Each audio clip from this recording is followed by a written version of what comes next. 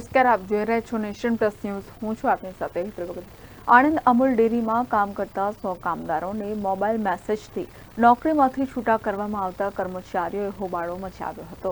રાજકીય પક્ષો દ્વારા એક બાજુ ચૂંટણીમાં વોટ લેવા યુવાધનને રોજગારી પૂરી પાડવાના વચનો આપવામાં આવે છે, જે બાદ વચનો તો પૂરા થતા જ નથી, પણ બીજી તરફ કામદાર કાયદાની એસી તેસી કરી કાનૂની પ્રક્રિયા અનુસર્યા સિવાય કામદારોને નોકરીમાંથી કાઢી મૂકવામાં આવે છે. આવું જ આણંદ અમૂલ ડેરીમાં કામ કરતા 100 જેટલા કામદારોને છૂટા કરવામાં આવ્યા છે. કામદારો આંદોલનના માર્ગે વળ્યા છે. અમૂલ ડેરીમાંથી રાતોરાત છૂટા કરાયેલા 100 જેટલા કર્મચારીઓ હોબાળો મચાવ્યો હતો.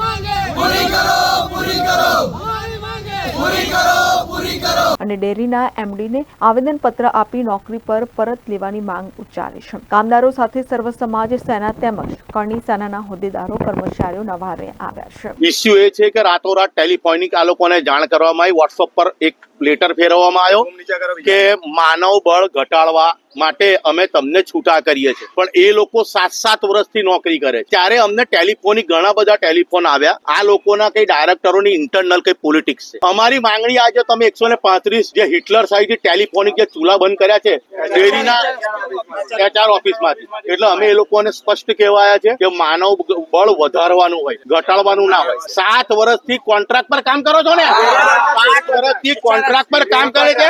એકચ્યુઅલી ડેરી કોન્ટ્રાક્ટ એકચ્યુઅલી 150 દિવસમાં પરમેનન્ટ કરવા જોઈએ. પરમેનન્ટ કરવાની વાત તો બાજુ પર ગઈ. હવે વિચારો તમે આ કેટલી મોટી હિટલરશાહી. અમૂલ ડેરીમાંથી છૂટા કરાયેલ કર્મચારી સતપાલસિંહ પરમારે જણાવ્યું હતું કે હું છેલ્લા 7 વર્ષથી આણંદ અમૂલ ડેરીના પાવડર પ્લાન્ટમાં નોકરી કરું છું. અમૂલ ડેરીમાં નોકરી કરતા પર્ટિક્યુલર ઠાસરા તાલુકાના કર્મચારીઓને રાતોરાત ફોન કરી નોકરીમાંથી છૂટા કરાયા છે. જો અમને ન્યાય નહીં મળે તો ઉગ્ર આંદોલન કરવાની ચીમકી પણ ઉચ્ચારી છે. છેલ્લા 7 વર્ષથી અમૂલ ડેરીની અંદર આણંદ ખાતે જોબ કરું છું. હું પાવડર પ્લાન્ટની અંદર F16 જોબ કરું છું અને રાતોરાત અમને બધાને ફોન આવ્યા, જે પર્ટિક્યુલર ઠાસરા તાલુકાના જે માણસો છે એ લોકોને, કે તમારે કાલથી જોબ પર આવવાનું નથી, તમારી જરૂર હશે તો બોલાવીશું. એ રીતે નિયમ તો એવું જ કહે સાહેબ કે 7 વર્ષ સુધી નોકરી કરી હોય તો એ લોકોને કાયમી કરવા જોઈએ. એમ એવું કે છે કે તમારું માનવ બળ વધારે પડે અને પગારનું ભારણ ડેરીને પડે છે, એટલે તમારે છૂટા કરવામાં આવે. તો ગયા 6 મહિનાની અંદર જે ભરતી થઈ 135 જણની, તો એ લોકોનું જે પગાર ધોરણ ડેરીને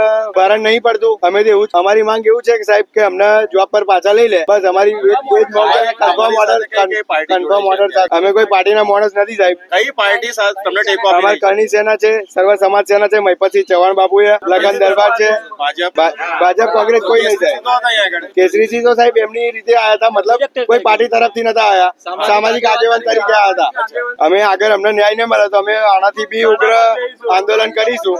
અમૂલ ડેરીના ગેટની બહાર અમે ઉગ્રથી અતિ ઉગ્ર આંદોલન કરીશું. અમને જો ન્યાય નહીં મળે તો સાહેબ પોલિટિકલ એ લોકોના અંદરના કદાચ પ્રશ્નો હોઈ શકે છે, કેમ કે છેલ્લા કેટલાય ટાઈમથી આવું બધું ડેરી જે ચેરમેનની ચૂંટણી ફરીવાર થઈ, જયારે નવા ચેરમેન બન્યા ત્યાર પછી આવું બધું ચાલતું જ રહ્યા. ડેરીના બધા પ્રશ્નો ચાલતા જ રહ્યા, વિવાદિત. એમ અગાઉ બી પહેલા 10 મહિના પહેલા બી સાહેબ છૂટા કરવામાં આવ્યા હતા બધાને, પણ એ પછી થોડા ટાઈમ 2 મહિના પછી પાછા લેવામાં આવ્યા હતા અને ફરી આજે એનો એ જ પ્રશ્ન બન્યો છે. આ અંગે અમૂલ ડેરીના એમડી ડોક્ટર અમિત વ્યાસે જણાવ્યું હતું કે HRS કોન્ટ્રાક્ટમાં કામ કરતા 100 જેટલા કર્મચારીઓને નોકરી પર નહીં આવવા જાણ કરી હતી. તેના અનુસંધાનમાં આ આવેદનપત્ર આપવામાં આવ્યું છે. આવતી બોર્ડ મીટિંગમાં આ આવેદનપત્ર ચોક્કસપણે મૂકીશું અને ચર્ચા કરવામાં આવશે.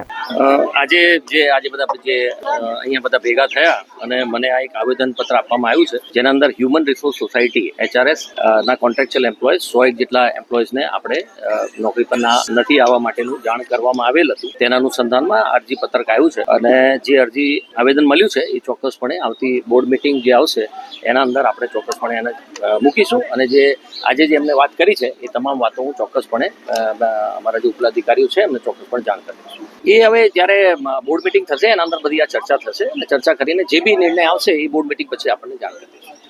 આણંદથી દિનેશ પટેલની સાથે Hiren Shah, nation plus news Khambhat. સમાચારોનો સતત અપડેટ મેળવવા માટે અમારી નેશન પ્લસ ન્યૂઝની યુટ્યુબ ચેનલને સબસ્ક્રાઇબ કરો, બેલ આઇકન દબાવો અને જોડાયેલા રહો ફેસબુક, ઇન્સ્ટાગ્રામ અને ટ્વિટર પર.